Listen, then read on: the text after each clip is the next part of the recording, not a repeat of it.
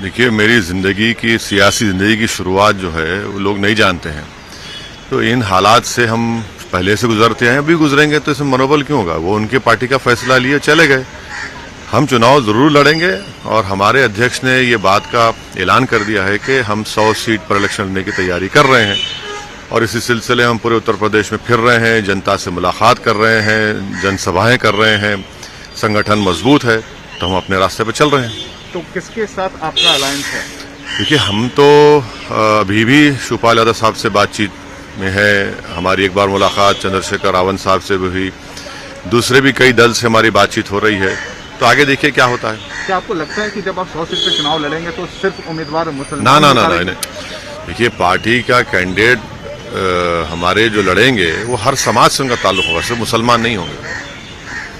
आप जब चुनाव सभा कर रहे हैं तो अखिलेश यादव भी मैदान में हैं और ये बताया जाता है कि अखिलेश यादव और बीजेपी के बीच की लड़ाई है। उन्होंने कहा बंगाल में खेला हुआ और अब यहाँ होगा खदेड़ा होगा। देखिए, अखिलेश यादव को ये समझना चाहिए कि MY कॉम्बिनेशन काम में नहीं आएगा।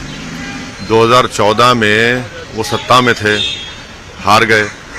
17 में विधानसभा का चुनाव हुआ, कांग्रेस साथ अलायंस किए, वो उखड़ गए। 19 में BSP के साथ बड़ा फॉर्मेडेबल अलायंस बहन जी से किया, तब भी वो अलायंस से 15 सीट जीत पाया। तो अब वो ये कह रहे हैं तो उनसे ही पूछा जाए कि भाई किस बुनियाद पे कह रहे हैं। एक सवाल हटकर यूपी से है, पेगासस को लेकर बड़ी अपडेट हुई है। क्या आपको लगता है कि जो ये टीम गठित हुई है वो सच्चाई सामने लाएगी?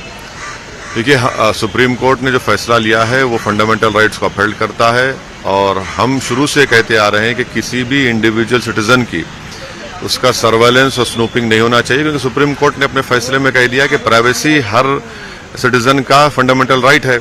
तब ये तमाशा कर रहे हैं तो हम उम्मीद करते हैं कि जो सुप्रीम कोर्ट ने एक रिटायर्ड जज की कमेटी बनाई है वो सच्चाई को सामने लाएगी। सेशन चलेगा आने वाला सेशन? हम तो चाहते हैं सेशन चले, क्योंकि सेशन नहीं चलने से सरकार को फायदा होता है। सेशन चलेगा तो हम सरकार की नाकामियों को देश के सामने रखेंगे और सरकार से सवाल करेंगे और जवाब तलब करेंगे। एक आखिरी सवाल है आपसे, क्या आपको लगता है कि कोई अगर जांच पुलिस कर रही हो या फिर कोई एजेंसी कर रही हो, उसमें अगर मुसलमान का नाम आना, मुस्लिम कम्युनिटी का नाम आना, क्या जांच को भटकाता है?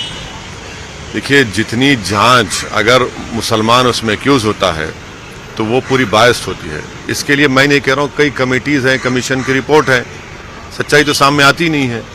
तो ये हकीकत है। अब चुनाव आता है तो किसी को बलि का बकरा बना दिया जाए, किसी को डराकर, किसी एक समाज को डराकर उनका वोट हासिल किया जाए, तो हमेशा चलता आ रहा है और उम्मीद करते हैं कि खत्म हो। ये चीजें गलत हैं बिल्कुल। मुस्लिम नाम क्या पॉलिटिकल टूल्स है?